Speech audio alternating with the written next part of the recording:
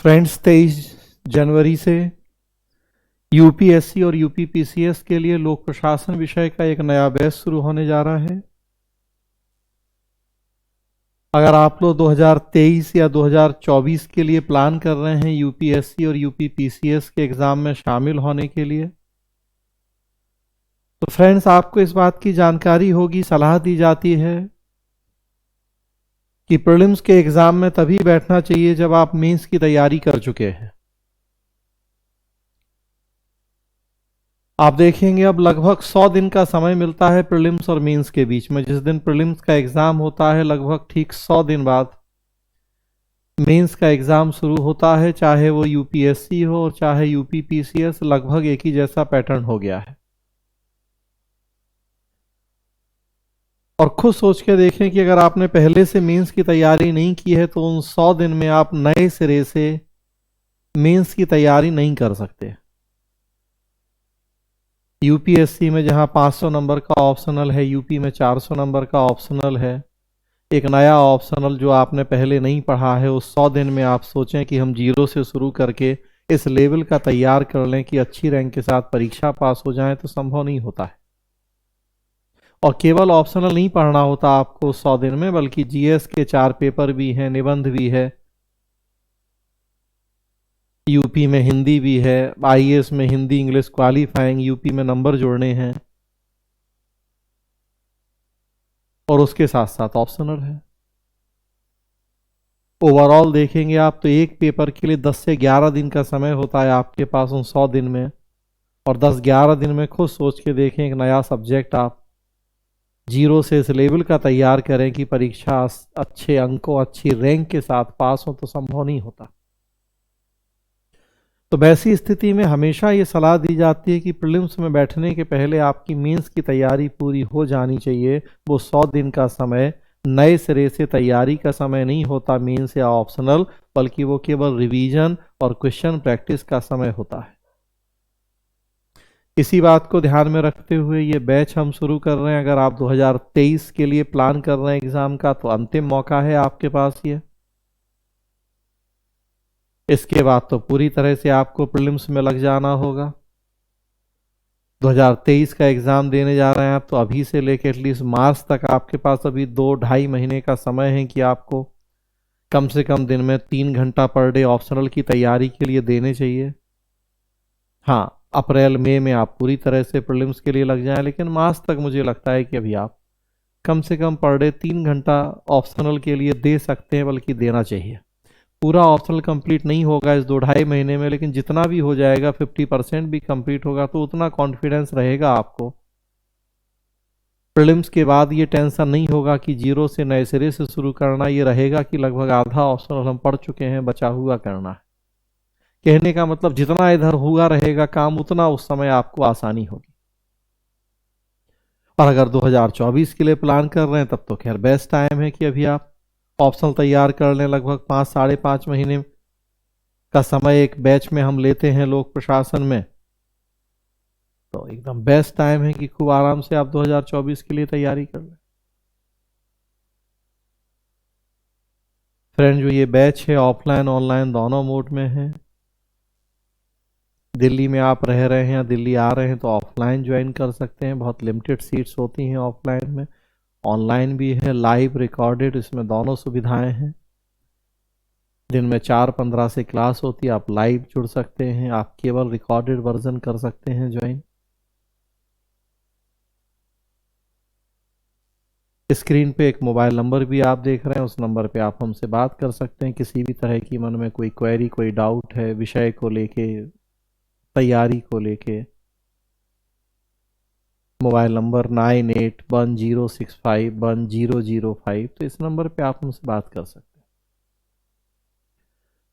Friends, UPSC UP का exam का nature उम्मीद करता हूं कि आप सब भली भांति जानते होंगे। प्रीलिम्स में जीएस और CSAT 2 paper, CSAT qualifying, GS में आए नंबरों के आधार पर डिसाइड होता है कि आप मेंस लिखेंगे नहीं लिखेंगे। मेंस में कुल 9 पेपर हैं, जिसमें हिंदी इंग्लिश क्वालिफाइंग, जीएस के 4 पेपर, निबंध और ऑप्शनल के 2 पेपर। 275 नंबर का इंटरव्यू। यूपी का भी वही पैटर्न है, नंबर थोड़ा सा कम होते हैं, पैटर्न पूरा वही है। प्री में 2 पेपर, जीएस, सीसेट, मेंस में यहाँ जनरल हिंदी के नंबर जुड़ते हैं, जीएस के 4 पेपर, निबंध भी, और बाकी ऑप्शनल। इंटरव्यू 100 नंबर का। यह सबसे बड़ी बात फ्रेंड्स, एक महत्वपूर्ण चीज आप देखेंगे, यूपीएससी की अगर बात करें, 1000 नंबर का जीएस होता है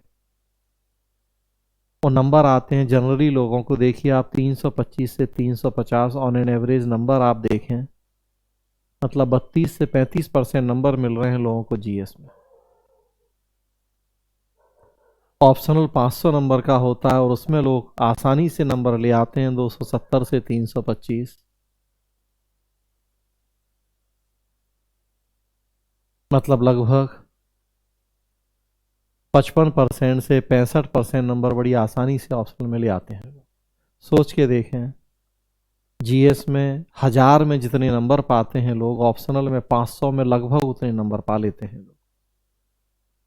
वैसी स्थिति में देखने में लगता है कि ऑप्शनल का महत्व कम है, क्योंकि ये केवल 500 नंबर का है, जीएस 1000 नंबर का है, लेकिन प्राप्तांक आप देखें तो उल्टा हो जाता है।